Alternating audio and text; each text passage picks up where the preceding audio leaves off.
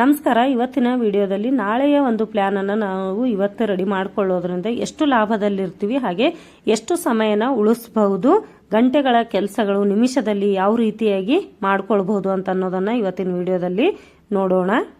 ನಾನು ಇವತ್ತಿನ ಅಡುಗೆಯ ಬಗ್ಗೆ ನಿನ್ನೆ ನೈಟೇ ಪ್ಲಾನ್ ಮಾಡ್ಕೊಂಡಿದ್ದೆ. ಏನು ಅಂತಂದ್ರೆ ನಮ್ಮ ಮನೆಯವರು ಬೇಗ ಹೋಗಿರೋದ್ರಿಂದ ಅವರಿಗೋಸ್ಕರ ಲಂಚ್ ಬಾಕ್ಸ್ ಆಗಲಿ ಅಥವಾ ಬ್ರೇಕ್ಫಾಸ್ಟ್ ಆಗಲಿ ಏನು ಮಾಡೋದು ಇರಲಿಲ್ಲ.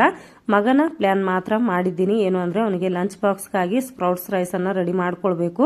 ಮನೆಯಲ್ಲೇ ಮೊಳಕೆ ಕಾಳುಗಳಿದ್ವು, ಹಾಗೆ ಹಸಿ ಬಟಾಣಿ ಕೂಡ ಇರೋದ್ರಿಂದ ಹೆಲ್ದಿ ಆಗಿರುವಂಥ ಒಂದು ರೈಸನ್ನು ರೆಡಿ ಮಾಡ್ಕೊಳ್ಳೋಣ ಅಂತ ಅಂದ್ಬಿಟ್ಟು ರೆಡಿ ಮಾಡ್ಕೊಂಡಿದ್ದೀನಿ. ಅದ್ರ ಜೊತೆಗೆ ಇಲ್ಲಿ ಪಪಾಯ ಕೂಡ ಕೊಡಬೇಕಾಗಿತ್ತು. ನನ್ನ ಮಗನ ಫ್ರೆಂಡ್ಸ್ಗಳಿಗಂತೂ ತುಂಬಾ ಇಷ್ಟ ನಮ್ಮ ಮನೆಯಲ್ಲಿರುವ ಪಪಾಯ. ಯಾಕೆ ಅಂತಂದರೆ ಮನೆಯಲ್ಲೇ ಗಿಡ ಇರೋದ್ರಿಂದ ಕೆಮಿಕಲ್ ಇಲ್ಲದೇನೆ ಹಣ್ಣು ಆಗುತ್ತೆ. ಹಾಗಾಗಿ ತುಂಬಾನೇ ಟೇಸ್ಟಿ ಆಗಿರುವಂಥ ಹೆಲ್ದಿ ಆಗಿರುವಂಥ ಹಣ್ಣು ಅಂತಾನೆ ಹೇಳ್ಬಹುದು.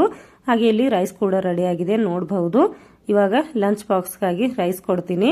ಬೆಳಿಗ್ಗೆ ಬ್ರೇಕ್ಫಾಸ್ಟ್ ಹೇಳಬೇಕು ಮಗಂದು ಅಂತಂದ್ರೆ ಒಂದು ಡ್ರೈ ಫ್ರೂಟ್ಸ್ ಲಡ್ಡು ಹಾಗೆ ಬಿಸಿಯಾದ ಹಾಲು. ಒಂದು ಡ್ರೈ ಫ್ರೂಟ್ಸ್ ಲಡ್ಡು ರೆಸಿಪಿ ಕೂಡ ನಿಮ್ಮ ಜೊತೆ ಶೇರ್ ಮಾಡ್ಕೊಂಡಿದ್ದೀನಿ. ಬೆಳಿಗ್ಗೆ ಇದ್ರಂತೂ ಸಾಕು, ಬೇರೆ ಬ್ರೇಕ್ಫಾಸ್ಟ್ ಬೇಕಾಗಿಲ್ಲ ಮಕ್ಕಳಿಗೆ. ಒಂದು ಲಡ್ಡು ಕೊಟ್ಟು ಒಂದು ಕಪ್ ಹಾಲನ್ನು ಕೊಟ್ಟರೆ ಸಾಕು. ಇಲ್ಲಿ ಪಾಲಕ್ ನೋಡ್ತಾ ಇದ್ದೀರಾ ನೀವು, ಪಾಲಕ್ ಕೂಡ ಇವತ್ತು ತಗೊಂಡು ಬರಬೇಕು ಗಾರ್ಡನಿಂದ ಅಂತ ಪ್ಲ್ಯಾನಲ್ಲಿ ಇತ್ತು.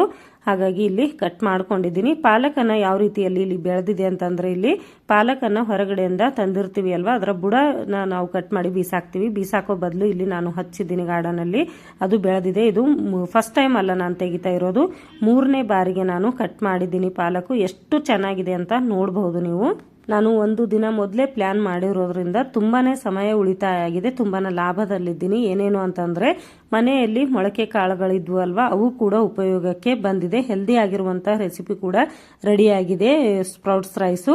ಹಾಗೆ ಪಪಾಯ ಕೂಡ ಮಗ ಹೋದ್ಮೇಲೆ ಕಟ್ ಮಾಡಬೇಕು ಅಂದರೆ ಕಟ್ ಮಾಡೋದಕ್ಕೆ ಆಗ್ತಾ ಇರಲಿಲ್ಲ. ದೊಡ್ಡ ಪಪಾಯ ಆಗಿರೋದ್ರಿಂದ ತಿನ್ನೋದಕ್ಕೆ ಆಗೋದಿಲ್ಲ ಅಂತ ಅಂದ್ಬಿಟ್ಟು ಹಾಗೆ ಇಡೋದಾಗ್ತಾ ಇತ್ತು. ಹಾಗಾಗಿ ಒಂದು ದಿವಸ ಮೊದಲು ಪ್ಲಾನ್ ಮಾಡಿರೋದ್ರಿಂದ ಪಪಾಯ ಕೂಡ ಉಪಯೋಗಕ್ಕೆ ಬಂದಿದೆ. ಹಾಗಾಗಿ ನಾವು ಒಂದು ದಿನ ಮೊದಲೇ ಪ್ಲಾನ್ ಮಾಡೋದ್ರಿಂದ ಮನೆಯಲ್ಲಿ ಎಲ್ಲ ತರಕಾರಿ ಕೂಡ ನಾವು ಉಪಯೋಗಕ್ಕೆ ತಗೊಳ್ಬಹುದು, ಹಾಗೆ ಹಣ್ಣುಗಳನ್ನು ಕೂಡ ಎಲ್ಲ ತಗೊಳ್ಬಹುದು. ಇವಾಗ ಪಾಲಕಿಂದ ನಾನು ಜೋಳದ ಹಿಟ್ಟಿನಲ್ಲಿ ಹಾಕಿ ಪರೋಟಾನ ರೆಡಿ ಮಾಡ್ಕೊಂಡಿದ್ದೀನಿ. ಅದರ ಮೇಲೆ ತುಪ್ಪನ ಹಾಕಿ ಅದಕ್ಕೆ ಕರಿಬೇವಿನ ಚಟ್ನಿ ಪುಡಿಯನ್ನು ಹಾಕೊಂಡು ರೋಲ್ ಮಾಡ್ಕೊಳ್ತಾ ಇದ್ದೀನಿ ನನಗೋಸ್ಕರ. ತುಂಬಾನೇ ಹೆಲ್ದಿ ಆಗಿರುವಂತಹ ರೆಸಿಪಿ ಇದು. ಈ ರೆಸಿಪಿ ಕೂಡ ನಾನು ಡೀಟೇಲ್ ಆಗಿ ಮುಂದಿನ ವಿಡಿಯೋದಲ್ಲಿ ಶೇರ್ ಮಾಡ್ಕೊಳ್ತೀನಿ. ಮತ್ತೆ ಸಿಗ್ತೀನಿ ಮುಂದಿನ ವಿಡಿಯೋದಲ್ಲಿ.